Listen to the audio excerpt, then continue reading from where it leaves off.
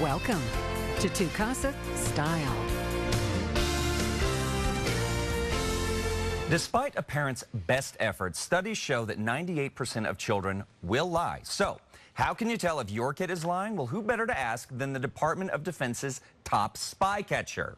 In his book, Human Chess, A Spy's Guide to Understanding and Influencing Others, Lieutenant Colonel Chris Simmons reveals how to know when we are being lied to. And we are fortunate enough to have Chris joining us on the Style set this morning. Thank you, sir. Appreciate you being here. Thank you. Absolutely. This really important topic. Like I said during the break, I have an 11-year-old daughter. We're starting to get into that area where, you know, she's great, doesn't do it that much. But I have to ask you, how did you get into this business of lying?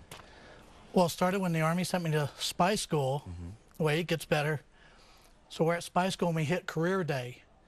And I'm introduced to a field called counterintelligence. Now, these are the men and women whose job is to hunt down the spies of other nations. How cool is that? Yeah. So I was in. Now, in training to become a spy catcher, first thing we learned was that on average, people can only tell fact from fiction about 54% of the time. Now, the good news is you can significantly increase that level with training and experience. And in our world, we were able to increase to 75, 80, even 85% success all the time. Really? Wow. Can be done. Wow. Well, so when we're applying it, because, you know, I'm not planning on going out and hunting down spies. I will leave that to you, my friend. But I do, like I said, have little kids. So what sort of everyday lies are our little kids telling us, or are they generally telling? Well, children, research from Penn State and other universities has confirmed that children lie very differently from adults. In fact, half of all these everyday lies are going to be lies of omission. But then you have to add on another 25% for lies of misdirection. So only 25% are actually hardcore lies of deceit. Now, the sad news is that as they age, they become more sophisticated and enthusiastic about it. Right. And so that 25% that are hardcore lies will increase to 60% by the time they reach adulthood. No kidding. Wow. So it starts out with the lies of omission, which, you know, I'm sure every parent out there can relate to and recognize. So what are some of the signs that our little ones are lying to us? Well, let's keep it simple and look at just 3 indicators. Okay. The first is what I call the Polly the Parrot response. And we've all seen that. It normally goes something like this. Hey, did you eat the last of the cookies? What, me? Talking to me? Did I eat the last of the cookies?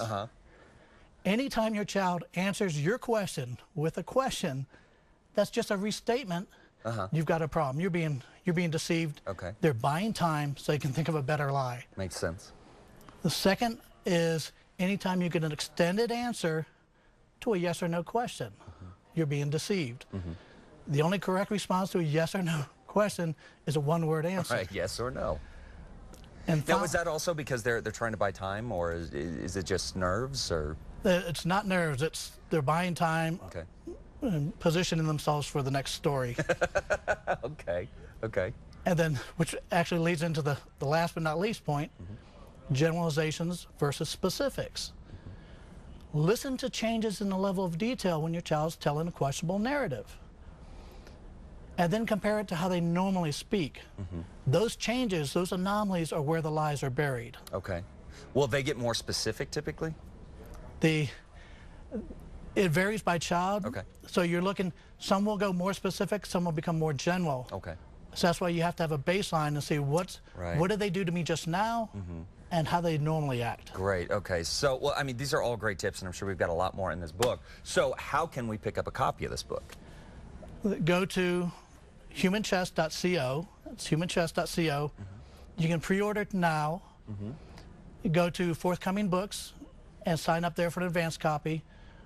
But your viewers can also, by following Human Chess, the blog, they can get a steady diet of tips to help have more influence with their children. That's great. That's great. Well, Chris, we appreciate you know, breaking this very tough subject for parents down. So thank you, sir. Pleasure's all mine. Absolutely. All right.